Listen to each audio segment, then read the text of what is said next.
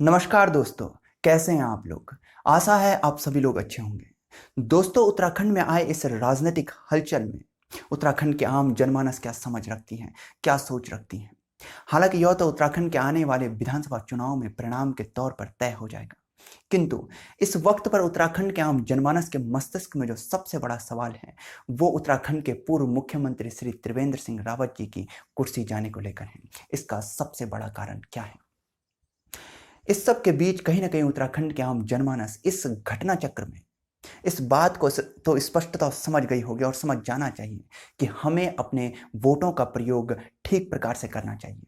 इसलिए भी कि आने वाली सरकारें हमारा और हमारी दी गई ताकतों का गलत प्रयोग ना कर सके। दोस्तों, कहीं ना कहीं बीजेपी हाईकमान को पूरे देश में कुछ राज्यों में चुनाव के इस माहौल में जब उत्तराखंड की सुध हुई, तब उन्हें मालूम हुआ कि उत्तराखंड में कुछ ना कुछ तो कमी है। वरना एक छोटा सा राज्य, छोटी छोटी मांगे, किंतु असंतोष का भाव इतना गहरा क्यों है? यही कारण रहा होगा कि बीजेपी हाईकमान ने उत्तराखंड में सरकार को लेकर इतना बड़ा फैसला, इतना बड़ा कदम उठाया। दोस्तों, कहीं ना कहीं समझने का विषय है ताकि हम आने वाले वक्त में अपना स्टैंड तय कर सकें। दोस्तों, कहीं ना कहीं बीजेपी हाईकमान को यह महसूस हुआ होगा कि काम के परिप्रेक्ष्य में उत्तराखंड में जिस नेतृत्व में डबल इंजन की सरकार उतारी गई थी, वो डबल इंजन की सरकार उत्तराखंड में साबित नहीं हुई। वो एक इंजन की सरकार भी उत्तराखंड में साबित ना हो सकी, बल्कि वह तो कोयले से चलने वाले इंजन की सरकार साबित हुई है। यही नाकामयाबी सरकार की रही है, जिसके चलते कहीं ना कहीं बीजेपी हाईकमान ने उत्तराखंड सरकार को लेकर इतना बड़ा फैसला, इतना बड़ा कदम उठाया। यह समझने का विषय है दोस्तों। राजनीति किस तरह से होती है?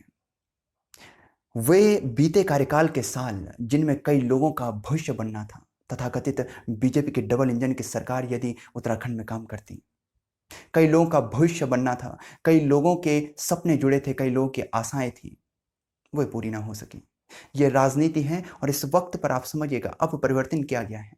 ये कैसा है कि जब आम जनमानस को आपकी जरूरत है, तब आप उनकी सुध मत लीजिए, तब उनकी सुध लीजिए जब आपको उनकी जरूरत है। और यही राजनीति है, ये हमेशा से होती रही है, ये निभाते चले आ रहे हैं। अब मैं आपको लेकर चलता हूं उन कुछ प्रमुख कारणों की ओर जो कि उत्तराखंड के मुख्यमंत्री, पूर्व मुख्यमंत्री श्री त्रिवेंद्र सिंह रावत जी की कुर्सी जाने के हैं।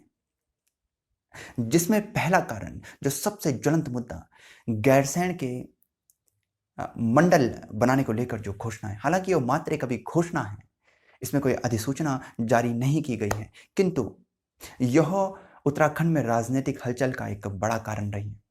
और हलचल इतनी तीव्र है कि यह बात बीजेपी हाईकमान तक पहुंचती है और इसी दरमियान, इसी दौरान उत्तराखंड के मुख्यमंत्री जी की कुर्सी छिन जाती है। दूसरा सबसे बड़ा विषय, चमोली में नंदप्रयाग घाट मार्ग चौड़ीकरण को लेकर आम जनमानस में असंतोष, उस मांग को लेकर आम जनमानस में असंतोष। कहीं ना कहीं यह भी बड़ा कारण रहा है इस राजनीतिक हलचल का। और यह वही कारण है जो उत्तराखंड में इतनी बड़ी राजनीतिक हलचल, मुख्यमंत्री जी की कुर्सी चले जाने को लेकर कहीं ना कहीं आवाज बुलंद करता है और इस आवाज को दिल्ली हाईकमान तक लेकर जाता है। तीसरा कारण सामंजस्य की कमी रही होगी। सरकार के अपने नेताओं और समर्थकों के मध्य सामंजस्य की कमी रही होगी, इसीलिए इस तरह की घोषणाएं सामने आई हैं जिन पर पक्का विरोध हो रहा है। कहीं ना कहीं इसमें नेतृत्व की भी कमी देखने को मिल रही है। यह इसलिए है कि ऐसे ऐसे मुद्दे जिन पर आश्वासन से काम चलाया जा सकता था, उन पर जनता का भारी आक्रोश देखना पड़ा है।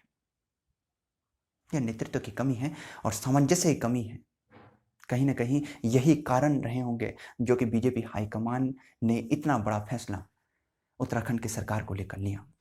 दोस्तों, अब उत्तराखंड की आई हुई नई सरकार में देखने योग्य बात यह होगी कि उत्तराखंड के नए मुख्यमंत्री श्री तीरथ सिंह रावत जी क्या अपने पहले ही भाषणों में पूर्व मुख्यमंत्री श्री त्रिवेंद्र सिंह रावत जी को अपना आदर्श बताते हैं? क्या वे अपने आदर्श के उत्तराखंड के लिए किए गए सबसे बड़े फैसले, सबसे बड़ी घोषणा, गैरसैंण को मंडल बनाने को लेकर, इस घोषणा को तवज्जो देते हैं या नहीं?